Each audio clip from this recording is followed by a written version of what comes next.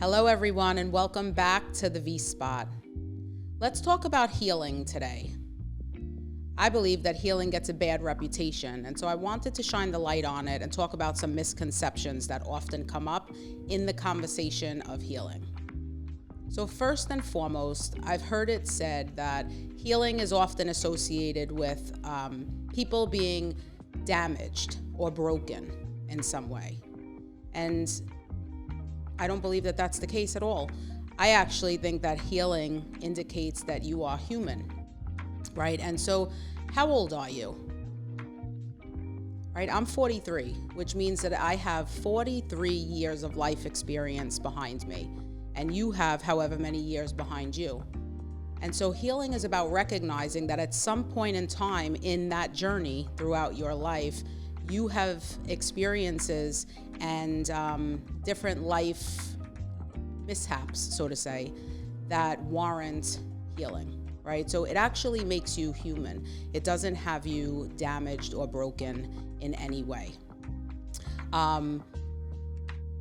If you are someone who has gotten to this moment in time, if you're here listening and you got to this moment in time without any experiences that hurt you, caused you pain, were traumatic, heartbreak, anything like that, you are one of the rare, blessed individuals. And this segment is actually not for you.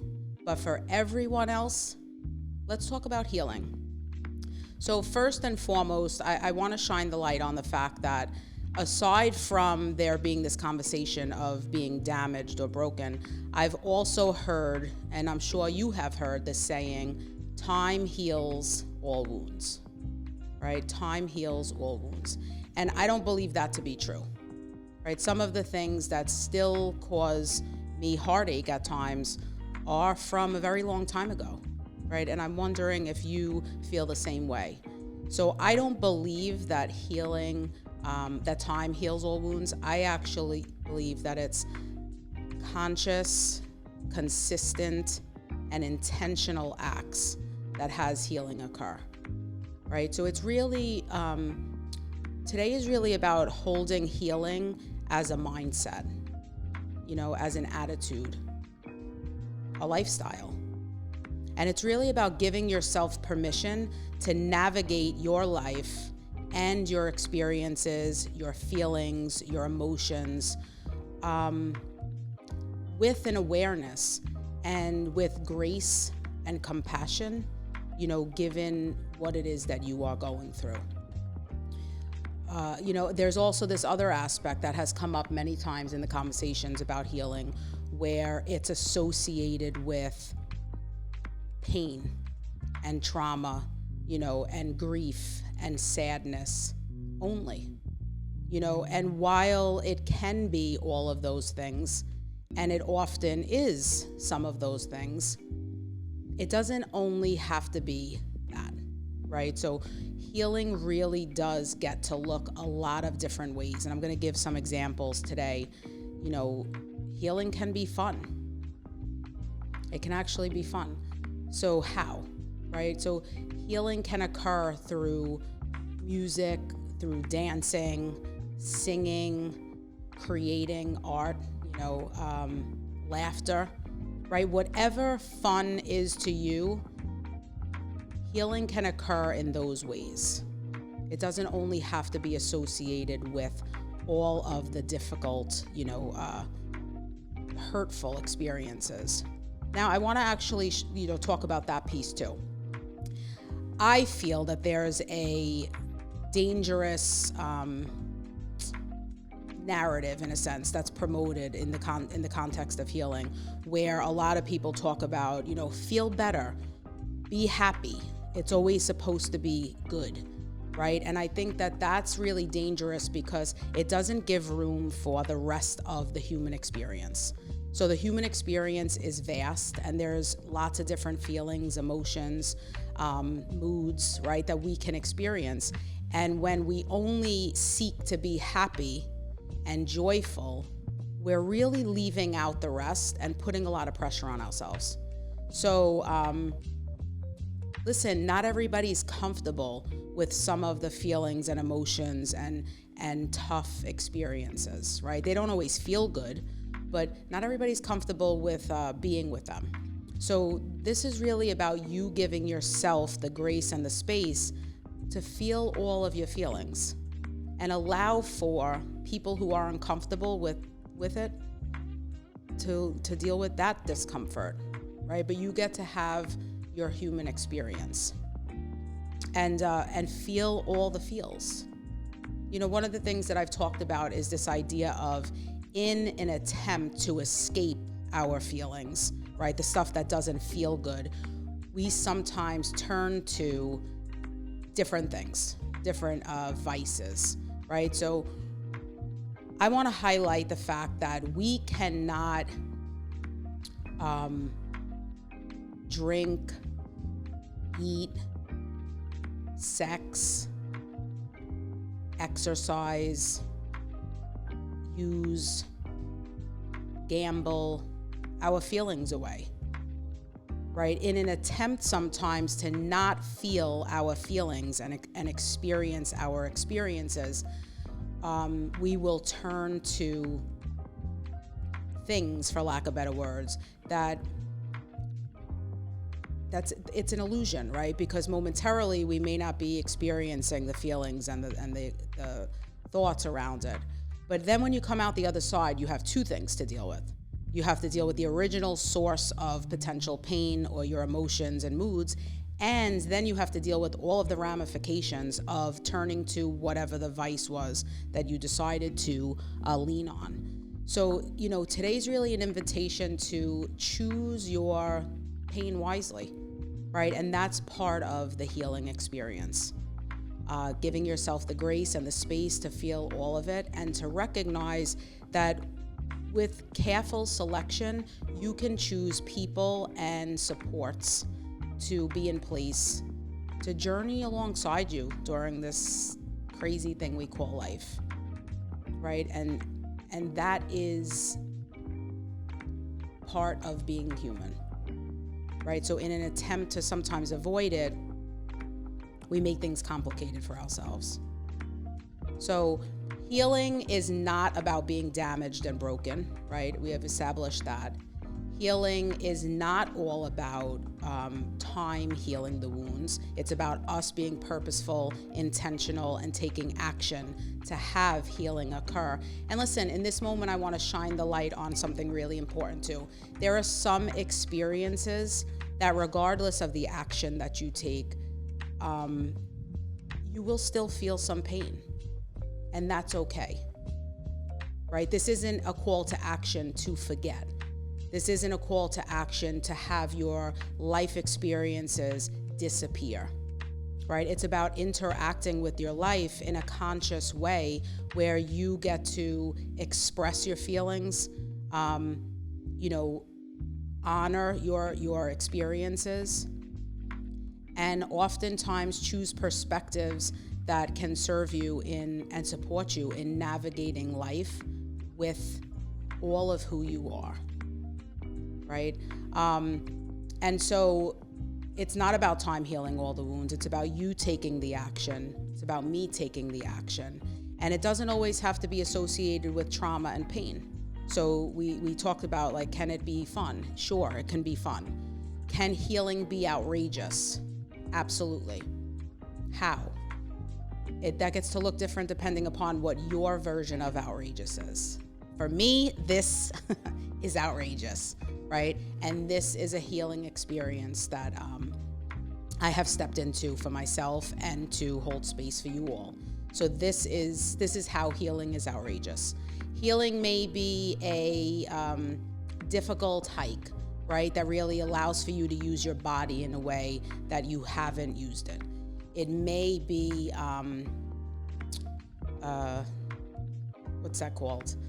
When you jump out of the airplane, right? That may be the experience to overcome fear, right? Skydiving, got away from me.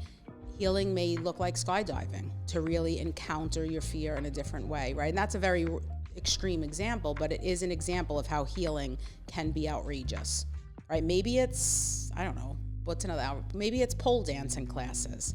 I don't know. Whatever it is for you, you get to define how healing can be outrageous, right? And then there's sexy. And so healing gets to be sexy too. And how, right? So I'm going to tell you a quick story. In June of 2021, I decided to do a boudoir photo shoot, which was terrifying, an absolute radical act of healing. And it was my way of experiencing myself in a new way to really make a peace with my body image and my sense of self, my confidence, because that was something that I always struggled with. So healing is sexy in that I have approximately 50 photographs from my shoot. That's evidence, right? So when I forget, I really get to look at the proof of how healing is sexy. And again, what is sexy to you, right? So define that, be with that, right? And recognize that healing gets to look a lot of different ways. And sexy is actually, here it is. Sexy is one of them. And if you want your Healing is Sexy t-shirt, intentionalhealingandwellness.com, get yours and rock it loud, rock it proud, right? This is an absolute lifestyle, and we get to really make it cool. We get to swag it out, right? Instead of trying to silence it and pretend that it doesn't exist, because 2022, I think we can all agree that there's a tremendous need and want for individual and collective healing. And so you really have to be under a rock to not know that there's layers and layers of healing that awaits us, right, as a people. And I want to make it cool. I want to actually shine the light on it and have it be smooth and charismatic, and really glorify the process, because it's what it means to be alive today, right? And so we can go about it and really accessorize it and turn it up, or we can do it in silence and really suffer in silence. And I don't believe that that is an effective way of doing it. I firsthand, for different points of my life, have done it that way. And I wouldn't want it for you. I certainly don't want it for me. And I really don't want it for all of us. So the call to action is really to give yourself permission to interact with your life and your emotions and your moods and your life experiences with a consciousness, with intention, with compassion, with empathy, and navigate what it means to be alive today from that standpoint, right? Like through the healing lens. And so the invitation is really to be with healing as a lifestyle and recognize that there's no destination. This is the spoiler alert, and let me share with you that there's no destination. As long as we are alive, we have experiences to heal through. And so, I get this question a lot, and I think there's value in talking about it right before, we close out today, this idea of healing and coaching, right? What is the connection? There's been a lot of confusion that has come up, and it often, when I do different talks, people will ask me, intentional healing and wellness, what's the connection to coaching? And so I want to just go through that with you now. So I'm going to ask you a question before I jump into my answer, which is, have you ever tried to go after a goal, right, to accomplish a certain result and struggle to reach that result? Have you ever set a goal for yourself and struggled to accomplish the result? Right? And so I certainly have. And it's not that you didn't want the result, right? It's not that you did not want to accomplish your goal.